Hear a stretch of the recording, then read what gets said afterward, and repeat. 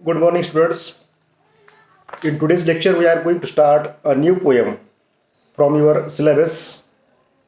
The poetry section consists four poems. Already we have learned the three poems. In today's lecture, we are going to deal with the last poem from your syllabus entitled as A Psalm of Life, written by Henry Wordsworth Longfellow.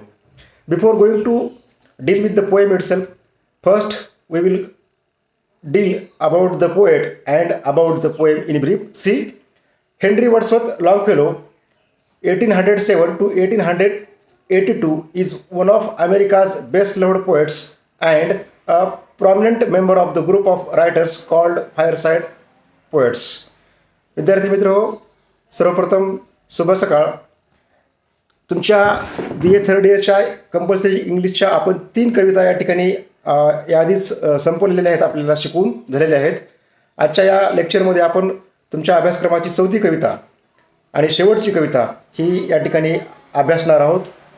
ही कवितेचं नाव आहे अ psalm of life आणि या कवितेचे जे काही कवी आहेत ते आहेत हेनरी वर्ड्सवर्थ लॉन्गफेलो. या कवीचा जन्म 1807 झालेला आहे आणि मृत्यू त्या ठिकाणी 1882 झालेला आहे. आणि अमेरिकेचे एक नवाजलेले एक ख्याती असणारे कवी म्हणून त्यांची ओळख त्या ठिकाणी आहे. आणि त्यांचा एक ग्रुप होता त्या कवीचा फायरसाईड पोएट्स नावानं, त्यांच्यामध्ये या कवीचा त्या ठिकाणी समावेश होतो. यामध्ये which included William Cullen Bryant, John Greenleaf Whittier, James Russell Lowell and Oliver Wendell Holmes senior इत्यादी कवी एकत्र येऊन यांनी एक त्यांचा ग्रुप फॉर्म केला होता. आणि या कवीच्या ग्रुपला फायरसाईड पोएट्स हे या नावानं इंग्रजी साहित्यामध्ये किंवा अमेरिकन साहित्यामध्ये त्या ठिकाणी ओळखलं जातं.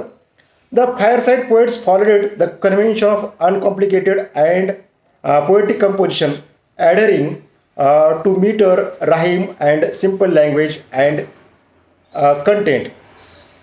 मग हे जे काही फायरसाईड पोएट्स आहेत या कवीच्या लिखाणाचे वैशिष्ट्य काय आहेत ते म्हणजे convention of uncomplicated poetic composition. जी काही परंपरा आहे त्यांच्या कविता ह्या अनकॉम्प्लिकेटेड या शब्दाचा मराठीत अर्थ होतो अवघड नसलेल्या, म्हणजे सोप्या.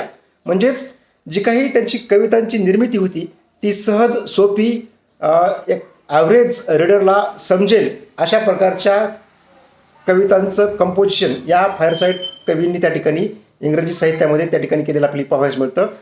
त्याच्यामध्ये मीटर, राईम आणि लँग्वेज आणि कंटेंट या सर्वच बाबतीत हे कवी फायरसाईड कवी हे साधेपणा किंवा जे काही राहीम असेल, मीटर असेल याच्यामध्ये किंवा कंटेंट असेल याच्यामध्ये अगदी साध्या भाषेमध्ये त्यांनी काय केलेलं आहे, लिखाण करण्याचं काम केलेलं आहे.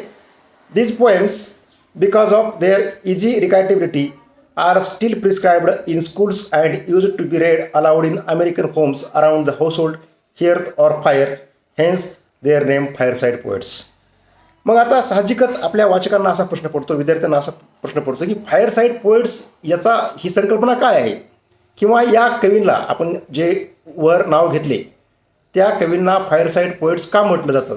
तर ते म्हणजे जे काही त्यांची इझी रिकायटेबिलिटी म्हणजे वाचण्यामध्ये किंवा त्या कविता बोलण्यामध्ये किंवा त्या कविता एक ॲज अ सॉन्ग म्हणून गाण्यामध्ये हे कसं आहे, इझीनेस आहे. कुणीही त्या ठिकाणी सहज उच्चारू शकतं, सहज ते कविता वाचू शकतं किंवा ते कविता गाऊ शकतं. त्याच्यामुळं इझी किंवा त्यांचे जे काही थीम्स असतील कवितेच्या ह्या सहजरित्या त्या ठिकाणी कुणालाही समजेल अशा प्रकारच्या भाषेमध्ये लिहिलेल्या कविता आहेत. त्याचबरोबर या कविता सकाळी जे काही कामं चालू असतात चुलीपुढे बसून कुणीही त्या कविता गुणगुणू शकतं, कुणीही त्या कविता गाऊ शकतं. अशा प्रकारच्या जे काही वैशिष्ट्ये आहेत या वैशिष्ट्यामुळं या कवींना फायरसाईड पोएट्स ही उपाधी अमेरिकन साहित्यामध्ये भेटलेली आहे. In matters of poetic matter and style they resembled Wordsworth, who described the poet as a man speaking to man. आणि पोएटिक मॅटर आणि स्टाईलचा जर आपण विचार केला या फायरसाईड पोएट्सच्या, तर या कवींच्या कविता ह्या त्याच्या अगोदरचा जो काही कालखंड होता रोमॅन्टिक पिरियडचा, रोमॅन्टिक पिरियडमध्ये एक जगप्रसिद्ध कवी होऊन गेले विलियम वर्ड्सवर्थ नावाचे इंग्रजी साहित्यामध्ये, त्यांच्या मॅटर्सशी आणि स्टाईल्सशी या फायरसाईड कवींच्या कविता रिजेंबल करतात किंवा सारखेपणा त्यामध्ये वाटतो. आणि विलियम वर्ड्सवर्थच्या कवितांचं वैशिष्ट्य कसं होतं, a man speaking to man, म्हणजे इतकी सहज भाषा होती विलियम वर्ड्सवर्थच्या कवितेची की जणू काही एक माणूस दुसऱ्या माणसाशी संवाद साधतोय किंवा बोलतोय. आणि हे जे काही साधेपणा होता भाषेचा असेल, मीटरचा असेल, कंटेंटचा असेल, थीमचा असेल, यामुळं या कविता ह्या ठिकाणी शाळेमध्ये सुद्धा त्या ठिकाणी प्रायमरी सेकंडरी लेवलवर विद्यार्थ्यांच्या अभ्यासक्रमाला असलेल्या आपल्याला पाहावयास मिळतात. Longfellow's most famous works include the Song of Hiawatha, Paul Revere's Ride and Evangeline. आणि लॉन्गफेलोच्या जे काही गाजलेल्या कविता आहेत त्यामध्ये या ठिकाणी 3 कवितेचा खास करून उल्लेख करावा लागेल. त्या म्हणजे the Song of Hiawatha, Paul Revere's Ride and Evangeline ह्या गाजलेल्या कविता या लॉन्गफेलो कवीच्या आहेत. Longfellow travelled all over Europe before beginning his career as a college professor in Cambridge. आणि एक साहित्यिक होण्यापूर्वी, कवी म्हणून नावारूपाला येण्यापूर्वी हा हेनरी वर्ड्सवर्थ लॉन्गफेलो यांनी संबंध युरोप त्या ठिकाणी काय केलेलं आहे, युरोप खंडामध्ये त्यांनी काय केलेलं आहे, प्रवास केलेला आपल्याला पाहावयास मिळतो. The popular appeal of Longfellow's poetry is mainly due to the natural grace and beauty of his verse. मग एक कवी म्हणून कुठली गोष्ट अट्रॅक्ट करते वाचकांना लॉन्गफेलो कडं, तर ते म्हणजे नॅचरल ग्रेस आणि ब्युटी ऑफ हिज वर्स. जे काही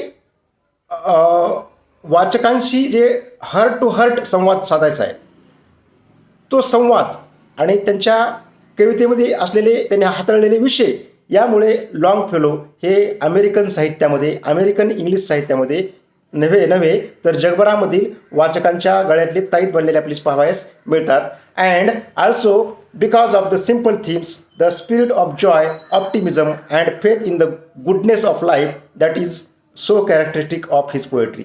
आणि जे काही सर्व आपण वारंवार त्याच गोष्टी या ठिकाणी रिपीट होताना पाहतो की Joy, optimism, faith in goodness या सर्व गोष्टींच्यामुळं हा कवी या ठिकाणी या कवितेच्या मुख्य या ठिकाणी काय वैशिष्ट्ये आहेत असं आपल्याला या ठिकाणी म्हणता येईल.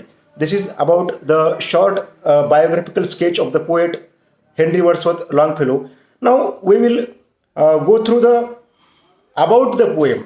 Now here a brief summary or the central idea of the poem is given. We will go through it first and then we will go to the poem. The following poem was written during his years in Cambridge.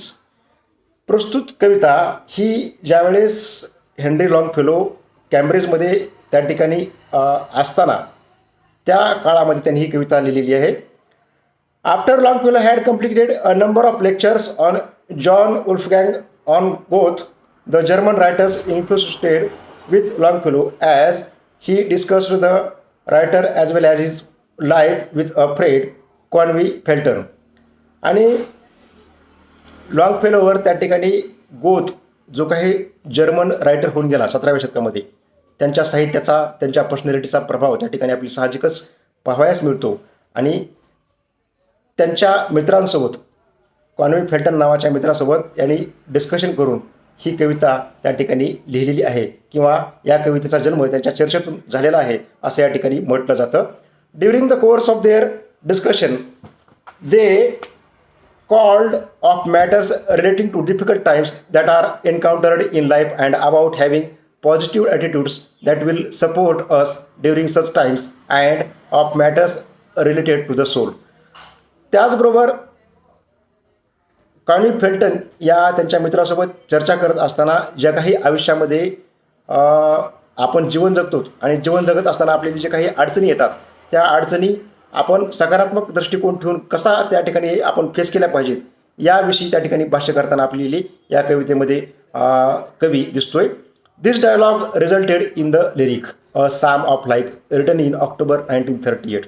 आणि हेच discussion या ठिकाणी एक संवादाच्या रूपामध्ये कवीनं या गीतातून, या कवितेतून, अ psalm of life या कवितेतून आपल्यासमोर 1938मध्ये त्यांच्या त्या पेनामधून ही कविता कागदावर आलेली आपल्याला पाहावयास मिळते.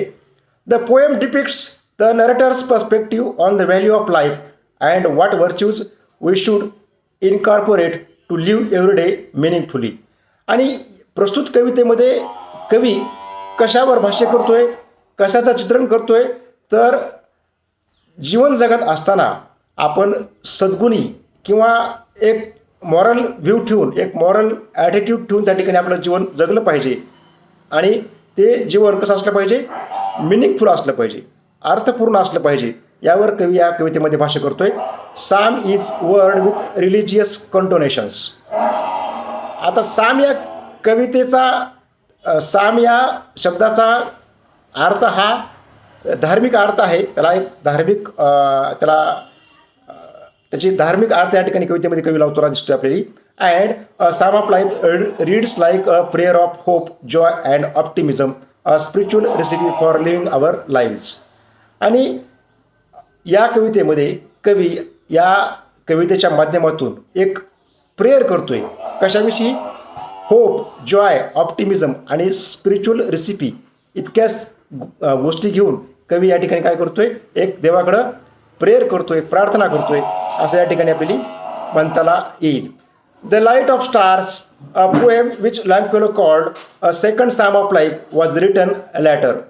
आणि याच कवितेला सिक्वल म्हणून, या कवितेला जोडून दुसरी एक कविता त्यांनी द लाईट ऑफ स्टार्स नावाची या ठिकाणी लिहिलेली आहे.